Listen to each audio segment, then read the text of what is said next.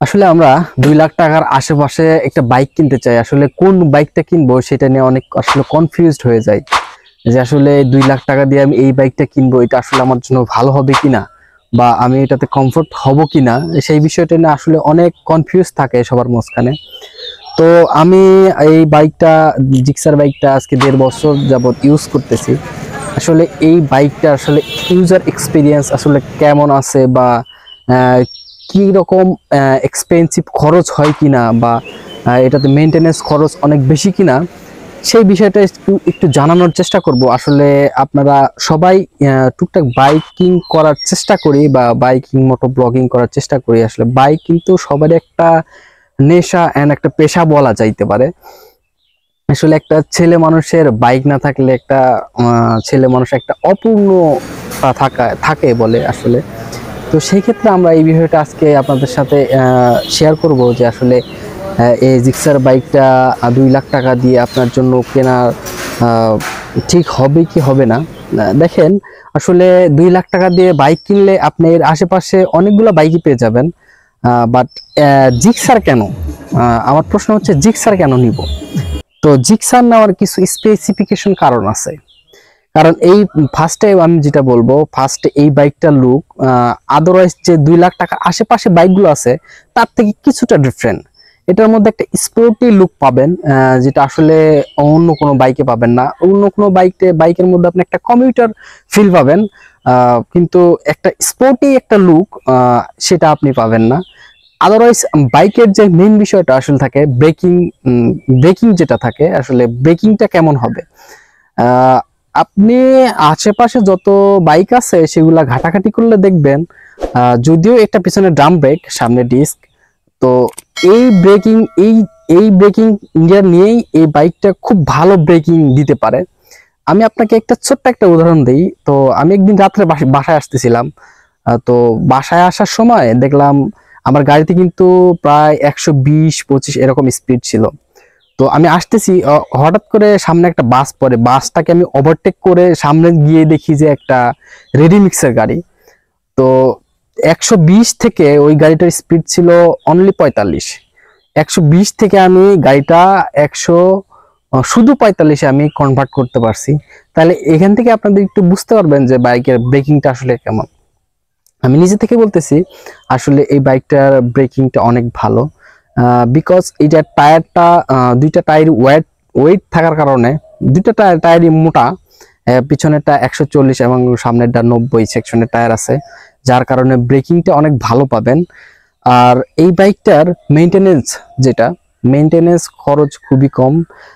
আমি এই 6 মাসে মনে হয় তেমন কোনো কিছুই, মানে পার্টস বা এরকম কিছু লাগে নাই। আমার জাস্ট 6 মাস আগে আমি আমার চেইন স্পকেটটা শুধু পরিবর্তন করেছিলাম, কারণ আমার তো আসলে একটু রাফ চালানো হয়, রাফ চালাইলে আসলে চেইন স্পকেটটা বেশি খায়। এর মধ্যে মেনটেনেন্সের মধ্যে এটাই। আর এই বাইকটা নেওয়ার আরেকটা কারণ, দেখেন, বাইকের আপনি চালাবেন কিন্তু সেটার একটা কমফোর্ট না থাকলে কিন্তু একটা ভয়ঙ্কর বিষয় হয়ে দাঁড়াবে। যদি বাইক যদি ভাইব্রেট করে তাহলে কিন্তু আপনি বাইকটা চালিয়ে একটু মজা পাবেন না। আহ, বিশেষ করে ইয়ামাহা এবং সুজুকি, আমার মনে হয় এই দুইটা বাইকই শুধু ভাইব্রেট ছাড়া আপনাকে একটা কমফোর্ট ফিল দিতে পারে। আদারওয়াইজ অন্য বাইকগুলো সবগুলোই কিন্তু মোটামুটি ভাইব্রেট করে, মানে যখন 80-90 এর উপরে উঠে যায় তখন বাইকগুলো আসলে ভাইব্রেট করে। তো সেক্ষেত্রে আমার মনে হয় আপনি যদি কমফোর্টলি বাইকটা চালাইতে চান তাহলে আপনাকে হয় ইয়ামাহাতে যাইতে হবে, নাই সুজুকি জিক্সারে যাইতে হবে, সুজুকি ব্র্যান্ডের মধ্যে আসতে হবে। এগুলো আমি 125 পর্যন্ত আমি চালাইছি, কিন্তু কোনো ভাইব্রেট পাই নাই। গাড়ি একদম স্মুথলি চলে এবং ব্রেকিংটাও খুব ভালো কাজ করে, কখনো ব্রেকিং ফেল হয় এরকম ইস্যু কখনোই আমি হয় নাই। আর এটার ইঞ্জিনটা এতটা পাওয়ারফুল, এর মানে আশেপাশে যে পালসার, আমি আরটিআর কথা বল দিচ্ছি, কারণ আরটিআর আমি এর সেগমেন্টের মধ্যে রাখতেছি না। আরটিআর এর কাছে আমি আগের থেকেই আত্মসমর্পণ করতেছি, কারণ ওটার এত পরিমাণ স্পিড কিন্তু ওটার ব্রেকিংটা এত খারাপ।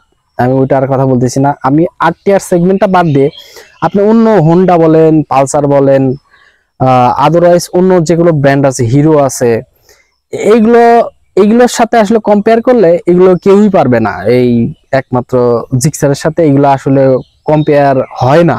এটার ইঞ্জিন পাওয়ারটা তাদের থেকে অনেক ভালো, বেটার। যদিও এখনো কিছু আপডেট বাইক আসছে 250 সিসি, ওইগুলোর সাথে কম্পেয়ার করতেছি না, আমি জাস্ট 150 সিসি সেগমেন্টের সাথে কম্পেয়ার করতেছি। তো আমার মনে হয় 2 লাখ টাকার আশেপাশে যদি আপনি বাইক কেনেন, আপনি 2 লাখ টাকার আশেপাশে সুজুকি বাইকটা আসলে আপনি নির্দ্বিধায় নিতে পারেন। এই বাইকটার ব্রেকিং, কমফোর্ট, সিট পজিশন, তারপরে ব্রেকিং, সবকিছু নিয়ে আপনি সন্তুষ্ট হবেন। অসন্তুষ্ট হওয়ার মতো তেমন কোনো জায়গা নাই, আপনাকে কখনো অসন্তুষ্ট করবে না। আর আরো একটি বিষয় যেটা আপনাদের হচ্ছে মাইলেজ। মাইলেজ কিন্তু সবারই একটা হেডেক থাকে, আসলে আমি একটা বাইক ইউজ করব, আসলে মাইলেজটা যদি কেমন হয়। আমি আপনাদের বলতে পারি, আমি এই 1.5 বছর ধরে বাইকটা চালাচ্ছি, এটা থেকে আমি 40+, 42, 43, 45 পর্যন্ত, হাইওয়েতে 45 পর্যন্ত আমি মাইলেজ পাইছি। আর এমনিতে ঢাকা সিটির মধ্যে আমি সবসময় যেহেতু ঢাকায় থাকি, সেক্ষেত্রে ঢাকার মধ্যে আমি সবসময় 40, আমি একদম অ্যাভারেজ লক করে দিই মিটারে, যে এই 1 লিটার তেল দিয়ে আমার 40 কিলো ইজিলি যাবে। আরো দেখা যায় যে 40 কিলো বাহিরেও আরো 2-3 কিলো চলতেছে, মানে অ্যাভারেজ 43 কিলো পাওয়া যায় আর কি। তো আপনারা 43 কিলো মাইলেজের মধ্যে যদি একটা বাইক চান, তাহলে জিক্সার আপনারা মানে ইজিলি নিতে পারবেন 2 লাখ টাকার মধ্যে। এটা আপনাকে কখনো হতাশ করবে না। অ্যাকচুয়ালি এটার হচ্ছে মাইলেজটা পাওয়ার জন্য কিছু আপনাকে মেনটেনেন্স করতে হবে। মেনটেনেন্সের মধ্যে শুধু আপনার এয়ার ফিল্টারটা ক্লিন করা আর মাঝে মধ্যে পরিষ্কার করা, এটা যদি আপনি ঠিকঠাক মতো করে রাখতে পারেন, দেখবেন যে খুব ভালো একটা মাইলেজ পেয়ে গেছেন। তো আশা করি আমি এতক্ষণ যা বলছি এর মধ্যে আপনি পুরোটাই বুঝতে পারছেন যে আসলে 2 লাখ টাকার মধ্যে এই বাইকটা কেমন হবে। ব্রেকিং বলেন, ইঞ্জিন বলেন, লুক বলেন, সব বিষয় নিয়ে কথা বলছি। আশা করি এই বাইকটা কিনলে আপনি হতাশ হবেন না, এবং খুব সুন্দরলি 2, 4, 5 বছর, 10 বছর আপনি ইজিলি এটা সুন্দর মেইনটেনেন্সের মাধ্যমে আপনি চালাই নিতে পারবেন, কোনো সমস্যা হবে না। সো আজকে এই পর্যন্তই, নতুন কোনো ভিডিওতে দেখা হবে। সো সবাই ভালো থাকবেন, আল্লাহ হাফেজ।